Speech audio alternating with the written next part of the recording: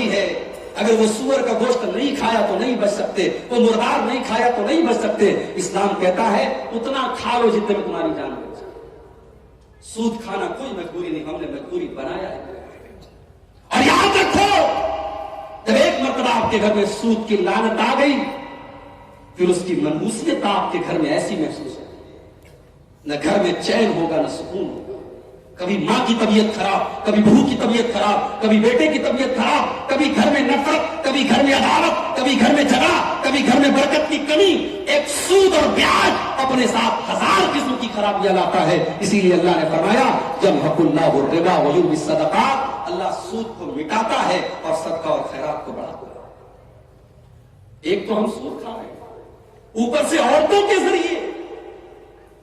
مجھے کہنے دیجئے، آپ کے گاؤں میں جلسہ ہوتا ہے، چلو اچھی بات ہے، جلسہ شادی سے بھی بڑا موقع ہوتا ہے۔ داماد کے سسرال کے اگر گاؤں میں جلسہ ہے، داماد اپنی پوری فیملی کے ساتھ سسرال پہنچتا ہے، مہمان نوازی اس کی ہوتی ہے، بہت اچھی بات ہے، یہاں تک تو ٹھیک ہے۔ اب ہو کیا رہا ہے؟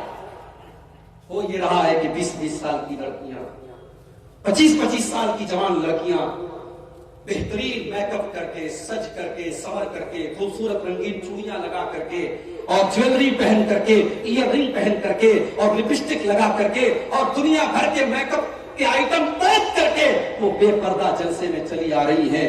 معاف کیجیے، معاف کیجیے میرے بھائی، اسی کو شریعت میں بے حیائی کہا گیا، اسی کو شریعت میں بے حیائی کہا گیا ہے۔